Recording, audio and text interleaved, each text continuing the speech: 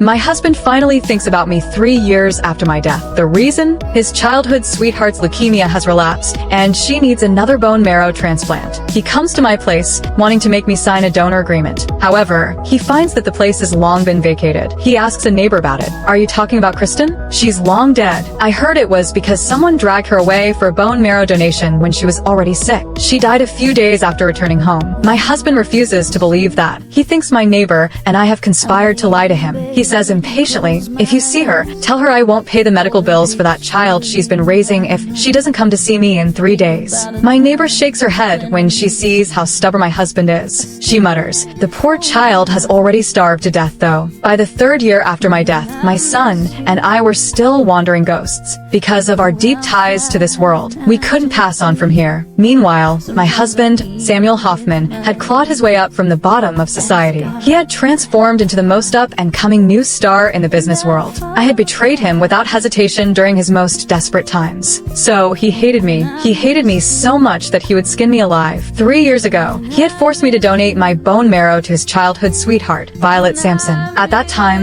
I had been deathly sick. Bone marrow aspiration was an invasive procedure. I didn't know if it was a botched operation or if my low immunity due to my inherent illness was to blame, but I suffered a severe systemic infection a week after the procedure. I then fell into a fever-induced coma and died at home. My 3-year-old son, Toby Hoffman, was left uncared for. Eventually, he died by my side. In all those 3 years, Samuel never visited us. Not even once. He didn't make a single phone call. While holding Toby's little hand, I floated in the air. I watched as Samuel kicked at the front gate of the small house that I used to live in. We hadn't seen each other in 3 years, and he had changed a lot. His expression was cold and merciless. It felt so familiar, yet so oddly strange. Behind him stood Violet, who was dressed extravagantly and wearing a face mask. Her complexion was rosy, and her figure perfectly proportioned. She didn't look like someone who was terminally ill at all. Toby listened to the grating noise of the door being kicked and hid in my arms in fear. He looked up at me. His bright eyes were filled with a mix of excitement and fear. Mommy, has Daddy finally remembered us? He hasn't come to see us for such a long time, but he seems angry. Did I upset him? And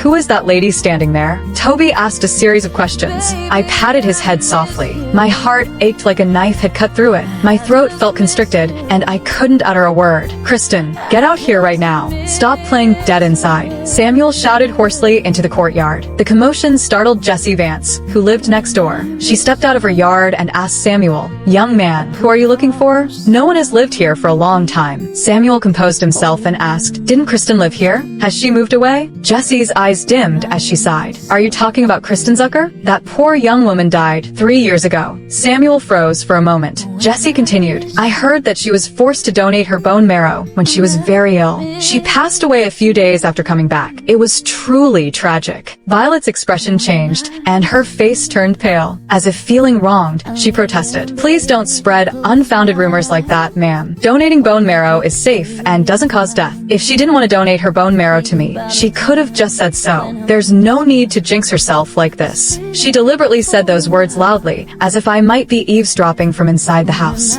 Samuel, who had been dazed, immediately relaxed when he heard Violet's words. The next moment, a mocking smile appeared on his face. He said contemptuously, she likes to play pretend all the time. If she wants to make up lies, she should at least make them believable. She should look up whether anyone has ever died from donating bone marrow. Jessie didn't understand what they were arguing about. She repeated, the poor thing. She died in the house and no one knew for days. Samuel's expression turned icy. He said to Jessie, I don't know why you're helping her deceive me, but please tell her this. If she doesn't show up within 3 days to donate her bone marrow to Vivi, I won't hesitate to cut off the dialysis treatment for that child of hers. Jessie's eyes widened in shock. She shook her head and sighed before turning to go back into her own house. From behind her, Samuel warned coldly, remember that I'm giving her only 3 days. If she doesn't show up, I won't pay her a single cent of living expenses this month. She'll watch as that little kid dies in front of her. With her back turned, Jessie's eyes reddened as she muttered to herself, that poor child. He already starved to death a long time ago. If only I had gone to check. Maybe I could have saved him.